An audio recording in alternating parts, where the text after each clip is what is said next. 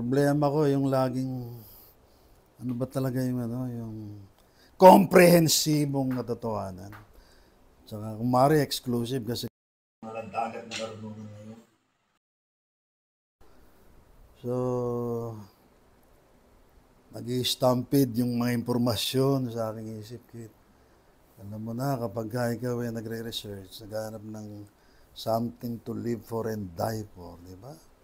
Siyempre, mag-umpisa ka sa tabula rasa, yung wala kang alam, di ba? Kasi pag nag-umpisa ka, presuppositional na position, yung Bantillian doctrine. At may mga distraction na ganitong nakikita ko, nagbubulungan yung mga camera. So, alam mo, pag mayroong mga distraction, focus. Ang buong daigdig, distraction yan. In fact, buong universe, distraction. Sa kagustuhan ko, baka niya, kumakayaw. Ang kahulugan ng buhay. So, yun, pinilit kong bawasan o kaya tapyasan. Tawag namin Occam's razor para ma-simplify yung tinatawag na truth, no? So, pag truth ang pinag-uusapan, nandiyan yung absolute, nandiyan yung relative truth. 40 plus years, naging relativist ako sa pamamagitan ng research na kung saan lahat ng karunungan, lahat ng aspeto ng academic discipline, no araw, Pero autodidactic. Autodidactic, self-study yan. Matagal kasi yung school. So, wala akong yung time. Ako bukas ngayon, so minamadali ko. Baka mamaya totoong mayroong kahulugan ng buhay. Baka totoong may buhay sa kabila. Problem, pagka Diyos ng pinag-uusapan, yung hiddenness of God, yan ang problem ko. So kung talagang merong nagmamahal at merong responsible sa lahat ng creation na to, magmula sa smallest building block ng universe hanggang doon sa macro universe, nasaan siya? Nasaan? Ba't di siya magpakita? Tapos mamaya mababasa mo sa mga, halimbawa sa Bible, sinisisi yung mga makasalanan, pupunta kayo sa dagat. Ano ba sinabi yan? Ba't dito sinabi yung dapat gawin, di ba? Ba't pinapadaan pa sa mga propeta, sa libro? Wala naman pala yung absolute. Hindi mo nga pwede cross-examine, sina Moses, sina Paul, sina Matthew, yung siniwan nilang sulat, inspired daw ng Holy Spirit in-interpret ng mga Protestant, maliban sa Catholic. 45,000 denomination na resulta. So, kung talagang naghahanap ka ng truth, wala kang luxury of time para pag-aralan mo lahat yun. Siguro, pumasok ka na lang sa buffet. At tikman mo na lang, alam mo yung buffet, yung Apa. Yung mga kailangan yun O, tikman mo na lang at kunin mo yung paborito mo. Sa akin, ang pinaka-paborito ko talagang starting point, yung Christianity nung araw. So, baga siguro, bias ako dahil sinilang akong Christian, Catholic, etc. Oh, yun muna yung aking starting point. Pagdating sa verification, hindi ako naging verification is naging presuppositionalist ako. Tawag ko kanina, Bantillian. So, ito, ano yung resulta ng aking so-called research? Ang resulta, yun nga, napagtanungan ko doon sa end of the road na kung saan papunta ako doon sa destination ko. Ang napagtanungan ko, dalawang tao hindi yung patay, kundi yung buhay. At pagdating sa buhay, nakita ko talagang credible lang, kaya pwede kong tanungin, si Jesus Christ. Problema kay Jesus Christ, wala na rin dito, hindi ko siya pwedeng i-cross-examine. Yung nakikita naman ng mga mystics. Ang Christian na di mo na napakatalino, knowledge of Christ. Rationalization at saka hindi ko lang pwedeng pagkatiwalaan nyo kasi ang alam ko, ang mind ng tao, ang brain ng tao, corrupt. Kasi nga iwalay sa Diyos. At ang mystical experience nila, ng mga tinatawag na evil force, Satanas doon.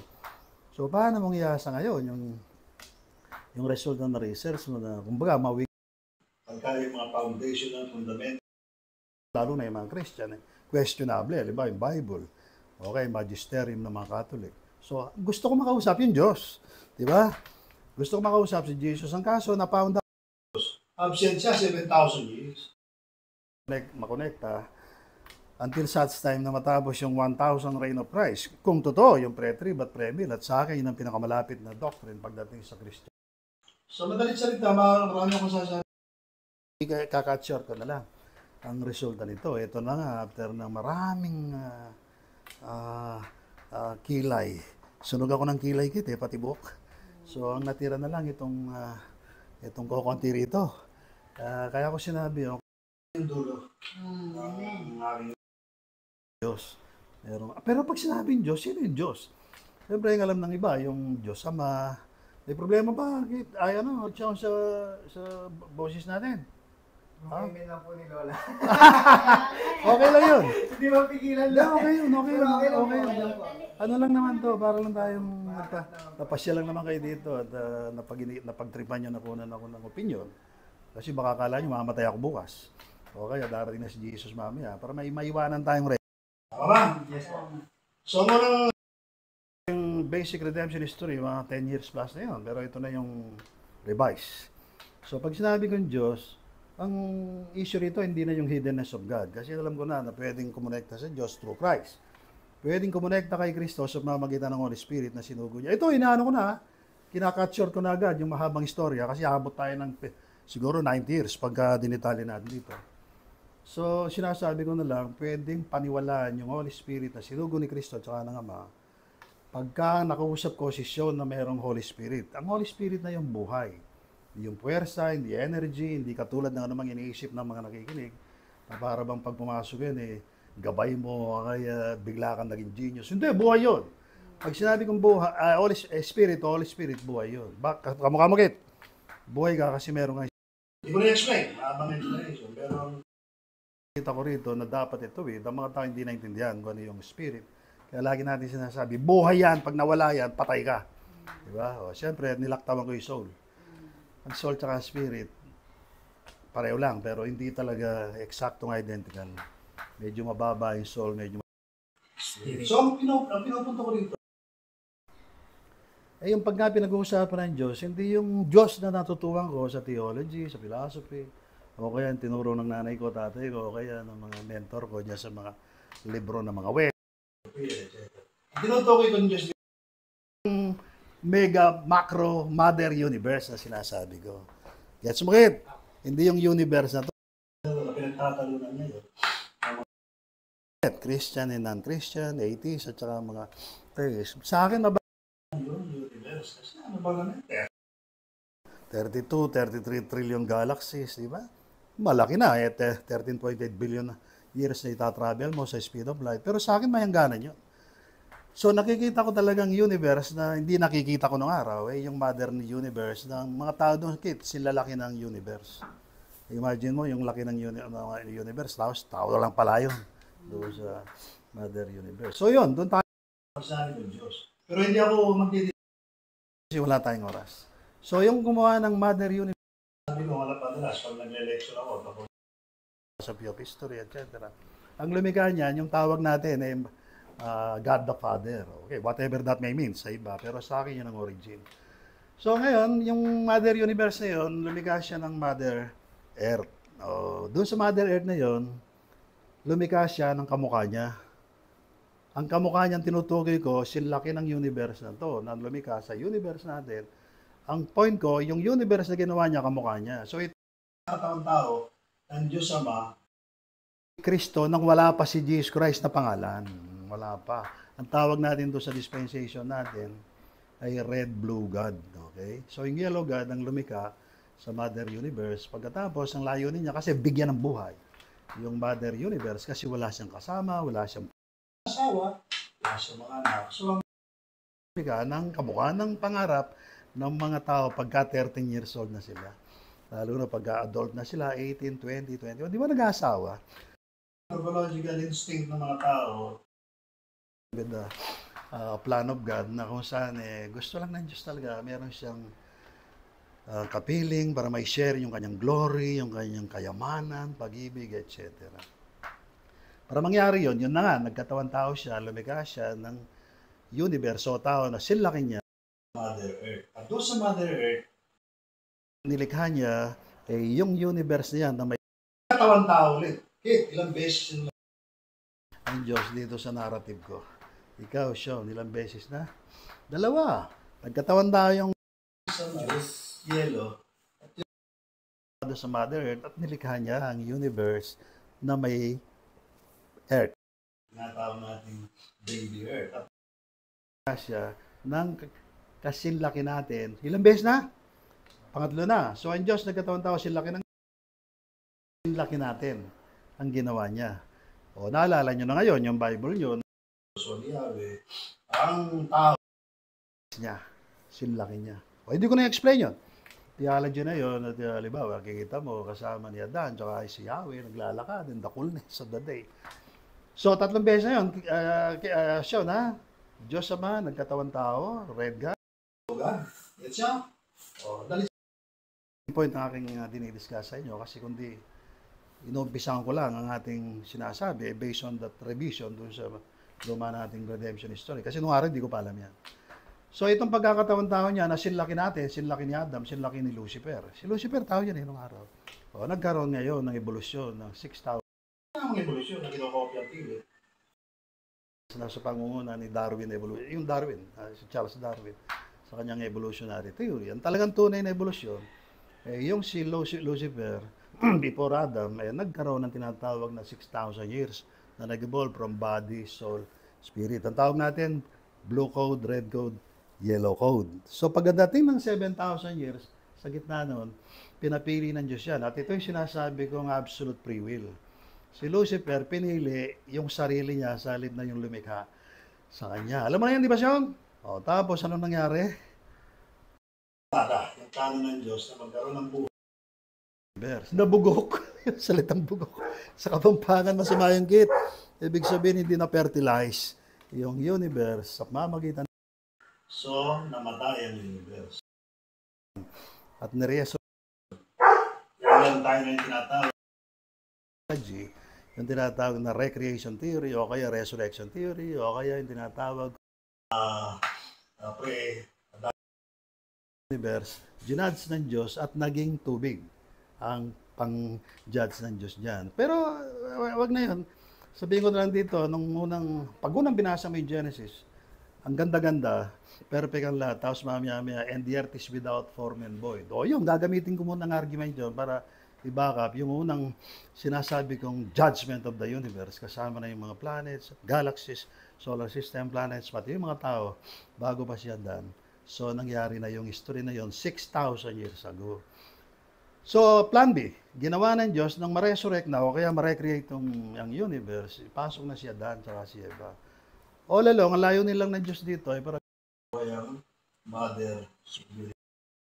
Ngayon, inuulit ko, kailangan meron spirit ang universe na sinlaki. Pero pag sinabing ng Diyos ang hindi ko sinasabing may limitation. Walang limit ang Diyos. At ang creation, dapat wala ring limit. Kasi dapat ang creation, o Mother Universe, kanina binanggit ko, dapat co-terminate sa lumikha. Dahil wala ang creation, dahil wala pang ang soul, spirit ng creation. Pinapinto mo ako, kasi ba yaso? Kasi kaya tuloy lang, hindi naman narinig ang aso. Abot po yan. So, tumigil lang yung aso, tuloy ko na. Susunod, dapat walang aso. O, sige. Ito yung bagay ng pollen creation. Meron ng mga interruptions. So, ayan eh. Oh, saan ako? Nawala yung layunin ng Diyos. So, pumasok ngayon yung plano ng Diyos doon sa recreated universe. At saka, pero hindi na ito yung mother universe, ha? Nagkatawan tao ulit. Tuwing magkakatawan tao siya, mukhang tao yan, ha? Yung creation. At nung magkatawan tao siya finally kay Adam at saka kay Eva, mukhang tao. Okay. Mahalaga to kasi yung iba, alam nila, walang forma. Spirit lang, ganito. Hindi totoo yan. So, ito na. Nung gawin na ng Diyos, si Adan at saka si Eva, palpak din. Dahil yung knowledge of the reality, which is death. Wala na naman. Patay na naman. Ang layunin ng Diyos doon para magkaroon ng buhay ang universe. So, dapat kinain nila yung tree of life. Hindi nila kinain. So, pumasok na naman yung tinatawag natin. Alasak na naririnig yung redemption history. Mabilis ko sinasabi to kasi review ito. Okay, siya na. Ang pumasok ang redemption history, magmula doon siya. Magmula rito dyan siya. Magmula ron. O doon sa taas dyan, napunta rito. So, extension ito, 7,000 years ni Lucifer. O kaya 7th day, Adam na kung saan paranan ng Diyos yan. True Christ. Yun, ito yung pagkakataon-taon, nalan ng mga Krista sa labas. Yung tinatawag na incarnation of God in Christ through Mary. Yun, medyo ano yan. Hindi ko na-i-explain yan kasi alam ng mga Catholic at ng mga Protestant. Yung kanina in-explain ko, wala silang alam doon. So itong in-explain ko ito, dapat alam na nila, huwag na nila akong debatein dito. Kasi yung redemption history magmula kay Adam hanggang kay Abraham, 2,000 years. Parallel lang yun ng Code Blue doon sa panahon ni Lucifer. Kami tanongin niyo ako, bakit nagkaroon ng rebellion doon? Yung tinatawag na mga manaki na nagkaroon ng relationship sa mga babae sa lupa, sa Genesis 6, issue nga ito sa internet. Yung mga tinatawag ng mga Nephilim na naging resulta nila, mga giants na hanggang ngayon, pinagdidibatihan ito. Pero mami, hindi-detail ko yan. Pero totoo yan. Na nakialam si Lucifer, si Satanas sa daigdig doon sa unang 2,000 years. Mami ako na sabihin, ang dahilan, hindi natin topic yun. Sinasabi ko lang, from Adam to Abraham, nagkaroon ng blue code. O yung layunin ng Diyos dyan, magligtas ng mga taong i-resurrect doon sa millennium kit at saka siya, para magkaroon ng DNA ang universe. Pag natural, o taong kamukha nyo, kamukha ko, kaya lang perfect, doon sa millennium, yung ipapalit sa mga taong nag-fall doon sa blue code niya.